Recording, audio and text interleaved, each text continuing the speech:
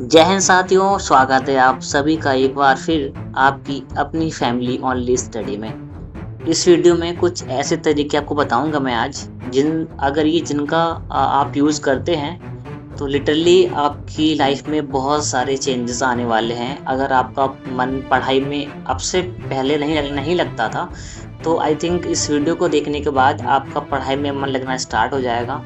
और जब ये ट्रिक्स आपके लिए वर्क करेंगी, तब आप भी कहेंगे कि वाह, राहुल सर ने क्या ट्रिक बताई थी। सबसे पहले क्या होता है कि कभी-कभी हम लोग पढ़ना शुरू कर देते हैं बहुत जुनून के साथ, लेकिन हम 10 से 20 मिनट या फिर 30 मिनट तक पढ़ते हैं। उसके बाद हमारा मन पढ़ाई से बिल्कुल भटक जाता है। हम कभी इंस्टा की तरफ निकल जाते हैं, हम कभी यूट्यूब की तरफ निकल जाते हैं, हम कभी फेसबुक की तरफ निकल जाते हैं।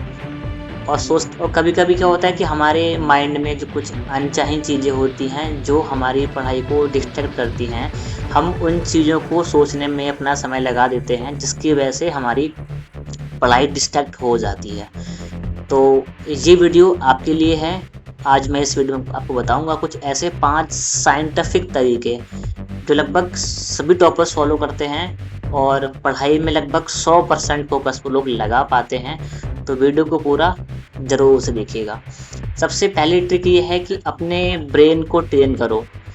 इसमें आप क्या कर सकते हो कि कई लोग क्या करते हैं कि सुबह-सुबह जब वो सो के उठते हैं, तो व्हाट्सएप चेक करते हैं, इंस्टाग्राम चेक करते हैं, किस-किस का मैसेज आया, क्या स्टोरी किसने लगाई थी। सुबह उठते ही हम लोग क्या करते हैं कि व्हाट्सएप, इंस्टा चेक करने लग जाते हैं, और जिससे हमारी जो दिन की शुरुआत है वो डिस्ट्रैक्शन के साथ होती है। मतलब कि हमारा मन सही तरीके से नहीं लगता।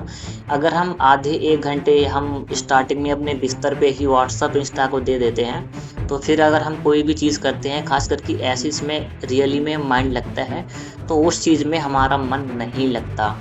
तो इससे बचने के लिए आप क्या कर सकते हैं, जब भी आप सो के उठें, कम से कम 30 से 40 मिनट तक आप अपना फ़ोन बिल्कुल भी टच ना करें। बल्कि आप इस समय में क्या कर सकते हैं कि आज आपको दिन में क्या-क्या करना है, उसका टारगेट अपने माइंड को दे सकते हैं। और हल्का-सा आप अपने स्ट्रेस देके माइंड से व्यायाम भी कर सकते हैं, और जिससे आपका माइंड डिस्ट्रैक्ट नहीं होगा। अपने दिन की शुरुआत एक जीत के साथ हमें करनी है। ऐसे अपने ब्रेन को ट्रेन करो। और आप जिम भी जा सकते हो, लेकिन ब्रेन क्या होता है कि एक मसल ही तो है यार। जैसे हम जिम में अपनी वार्म अप करते हैं पहले, तो ठीक वैसे ही पहले पढ़ाई करने से पहले हम अपना माइंड को सेटअप करना बहुत ज़रूरी है, ताकि हमारे माइंड को ये पता लगे कि आखिर हम करने क्या वाले हैं। आप पॉइंट दूसरा आप क्या कर सकते हैं कि पोमोडोरो से ज़्यादा एक वर्क होती है, जैसे डीप वर्क कर सकते हैं आप। अब डीप वर्क में आप क्या कर सकते हैं, लगभग 25 मिनट या फिर आप 1 घंटे पढ़ाई करते हैं, तो कम से कम 10 मिनट का रेस्ट अपने माइंड को ज़रूर से दीजिए। इससे क्या होगा कि आपका माइंड, जब आप दोबारा से पढ़ने बैठेंगे, तो आपका माइंड फुल एनर्जी के साथ काम करेगा। बल्कि आपको ये लगेगा कि हमने जो टास्क पूरा कर लिया, वो बहुत ही लाइट था।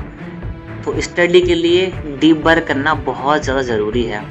अब डीप वर्क में आप क्या कर सकते हैं कि जैसे आप अपना फ़ोन दूर रख सकते हैं, ऐसे कि ना कोई नोटिफिकेशन आए। अगर आपके पास फ़ोन है तो उसको फ्लाइट मोड में आप रख सकते हैं, ताकि आप किसी भी तरीके के नोटिफिकेशन से डिस्ट्रैक्ट ना हों। और आप लगातार 1 घंटे पढ़ाई करते हैं या फिर 2 घंटे पढ़ाई करते हैं, तो कंटिन्यू आपके जो घंटे हैं वो सीधा पढ़ाई में लग सकें। जब आप लगातार 1 से 2 घंटे पढ़ाई करते हैं, तो आपके पास कोई ऐसी चीज़ नहीं होगी जो आपको इंटरप्शन ना दे, तो वो ठीक आपका समय बिल्कुल पढ़ाई में लगेगा, और जिससे आपको अच्छा समझ में भी आएगा। अब पॉइंट तीसरे की अगर बात करें, तो वो है ब्रेन फ्यूल।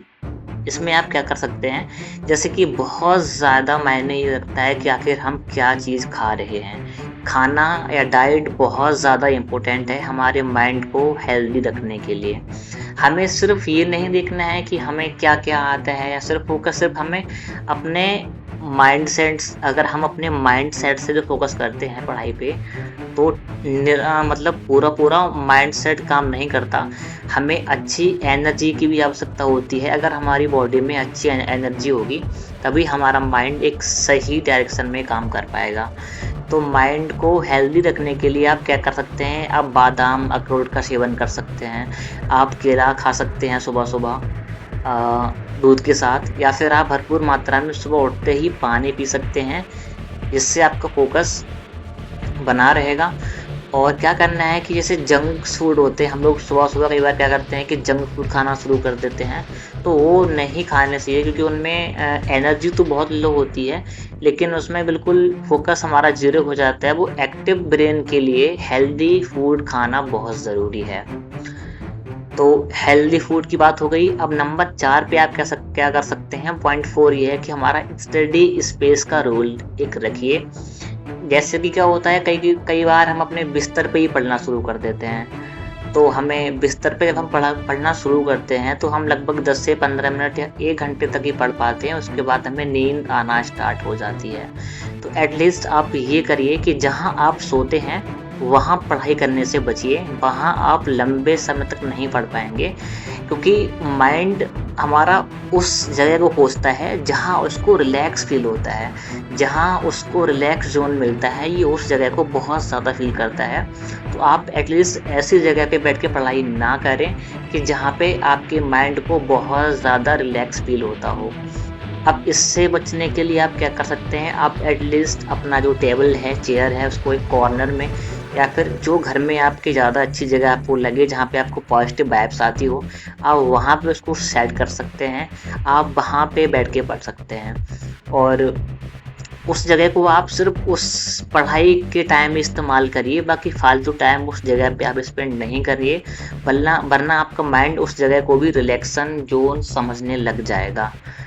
और चाहो तो आप एक व्हाइट बोर्ड है, उसके साथ कुछ नोट्स वहाँ पे लगा सकते हैं, ताकि आपके माइंड को ये लगे कि हाँ, अब हम बिल्कुल स्टडी मोड में आ चुके हैं। अब पॉइंट 5 क्या है, तो पॉइंट 5 है हमारा डोपामिन डिटॉक्स। ये क्या होता है, कई बार हम क्या करते हैं, बहुत लंबे समय तक इंस्टा चलाते रहते हैं, या फिर हम यूट्यूब के शॉर्ट्स स्क्रॉल करते रहते हैं, या फिर तो क्या होता है, जब हम ऐसी चीज़ें देखते हैं लंबे समय तक जो हमारे माइंड को रिलैक्स फ़ील कराती हैं, तो हमारे माइंड में एक डोपामिन नाम का केमिकल रिलीज़ होता है, जो हमारे माइंड को रिलैक्स करता है।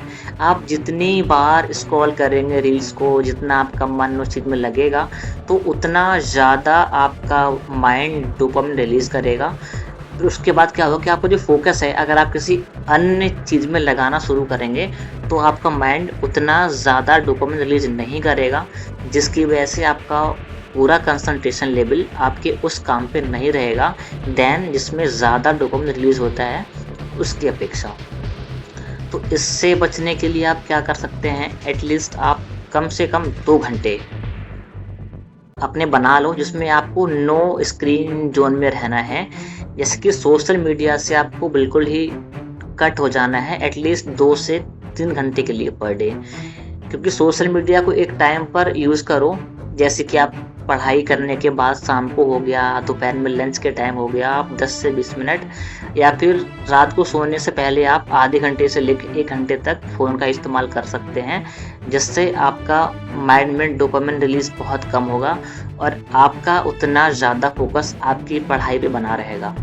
अब लास्ट में वीडियो के ये एक है बोनस टिप, जिसमें आप क्या कर सकते हैं, इसको हम विजुअलाइजेशन ट्रिक भी कहते हैं। जैसे क्या होता है कि जब हर बार पढ़ाई में मन ना लगे, तो एक बार अपनी आँखों को बंद करो और अपने आप से ये सोचो कि जब आप कामयाब हो जाओगे, जब आप सक्सेस हो जाओगे, तो आपकी लाइफ कैसी होगी। ये आपका जो पर्पस है, आपका जो ड्रीम है, वो सिलेक्शन लेने के बाद कैसा हो जाएगा, उस चीज़ को आप एज्यूम कराओ अपने माइंड को भी, जिससे आपका जो माइंड है वो फोकस करेगा बिल्कुल पढ़ाई पे, और उसको हर टाइम वही सारी चीज़ें रिपीट होती रहेंगी, जिसके ज़रिए आपका पढ़ाई में मन लगता रहेगा। तो अगर इस 5 ट्रिक में से आपको कोई भी ट्रिक अच्छी लगी हो, तो ज़रूर से उसे ट्राई करना। और अभी खाली मत जाओ, वीडियो के कमेंट सेक्शन में जाओ और वहाँ पे ये लिखो कि मुझे आज से ही डीप वर्क शुरू करना है और पढ़ाई पे फोकस करना है। आपसे मैं सिर्फ अपने गोल के बारे में ही सोचूंगा। और अगर ये वीडियो आपको थोड़ी बहुत भी हेल्पफुल लगी हो, तो लाइक करके जाना और अपने स्टडी बडी को शेयर करना। मिलते हैं किसी नेक्स्ट वीडियो में। सी यू इन नेक्स्ट वीडियो, और पढ़ते रहो, आगे बढ़ते रहो। जय हिंद।